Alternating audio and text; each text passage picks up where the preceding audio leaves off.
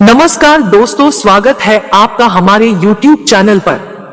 फिर से उपस्थित है एक नई कहानी के साथ।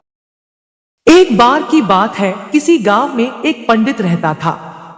वैसे तो पंडित जी को वेदों और शास्त्रों का बहुत ज्ञान था, लेकिन वह बहुत गरीब थे। ना ही रहने के लिए अच्छा घर था और ना ही अच्छे भोजन के लिए पैसे।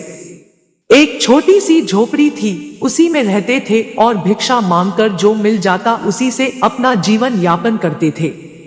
एक बार वह पास के किसी गांव में भिक्षा मांगने गए। उस समय उनके कपड़े बहुत गंदे थे और काफी जगह से फट भी गए थे।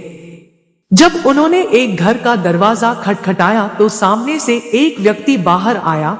उसने जब पंडित को फटे चिथड़े कपड़ों में देखा तो उसका मन घृणा से भर गया और उसने पंडित को धक्के मारकर घर से निकाल दिया।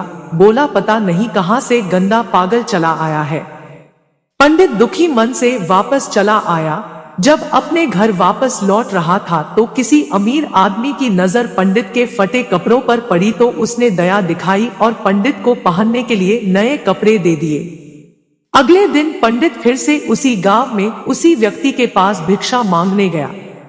व्यक्ति ने नए कपड़ों में पंडित को देखा और हाथ जोड़कर पंडित को अंदर बुलाया और बड़े आदर के साथ थाली में बहुत सारे व्यंजन खाने को दिए। पंडित जी ने एक भी टुकड़ा अपने मुंह में नहीं डाला और सारा खाना धीरे धीरे अपने कपड़ों पर डालने लगे और बोले, ले खा और खा।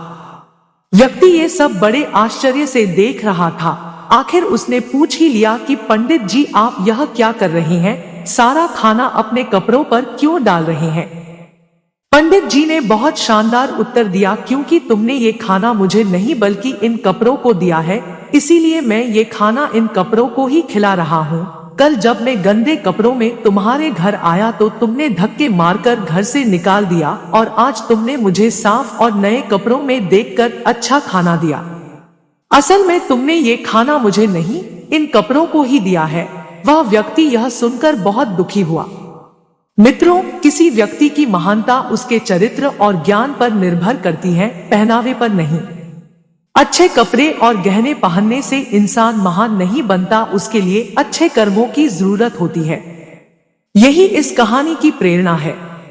यह कहानी आपको कैसी लगी कमेंट करके जरूर बताइए और हमारे चैनल को सब्सक्राइब भी कीजिए।